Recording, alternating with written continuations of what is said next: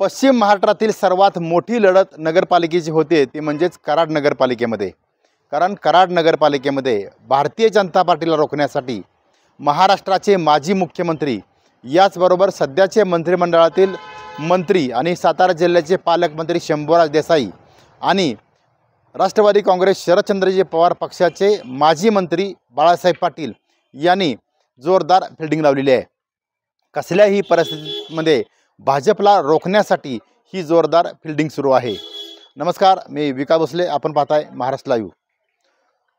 कराड दक्षिण विधानसभा मतदारसंघाचे आमदार डॉक्टर अतुल बाबा भोसले यांचा वारू रोखण्यासाठी तब्बल तीन मंत्री म्हणजेच एक माजी मुख्यमंत्री आणि 2 मंत्र्यांनी जोरदार फिल्डिंग लावलेली आहे।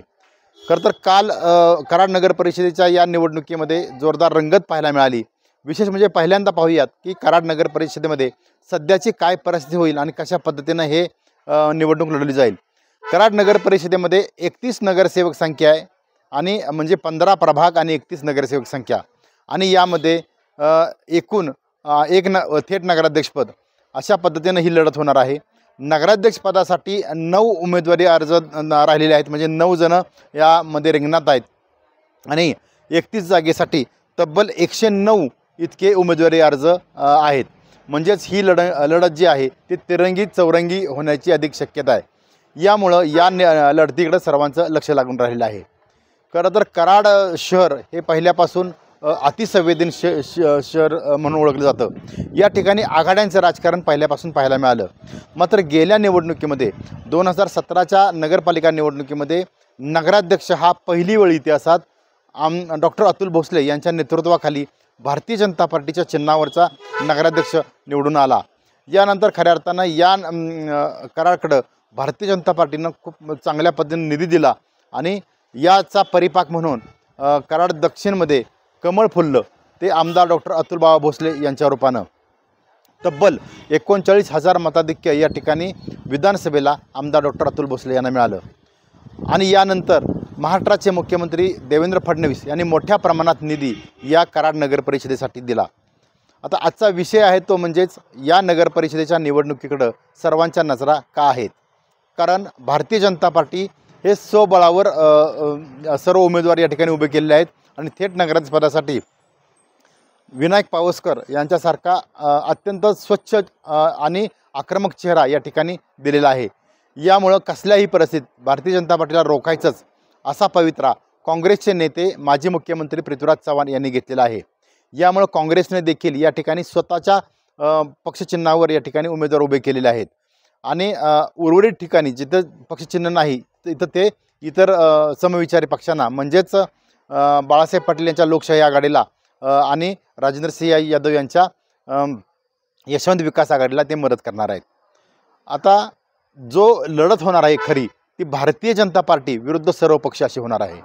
म्हणजेच तिरंगी लढत जरी दिसत असली तरी भारतीय जनता पार्टीच्या समोर जे प्रमुख आव्हान उभं केलेलं आहे ते शिवसेना म्हणजे शिंदे गटाचे राजेंद्रसिंह यादव आणि राष्ट्रवादी काँग्रेस शरदचंद्रजी पवार पक्षाचे नेते आणि माजी सहकार मंत्री बाळासाहेब पाटील यांच्या पॅनलमध्ये मोठी चुरस पाहायला मिळणार आहे।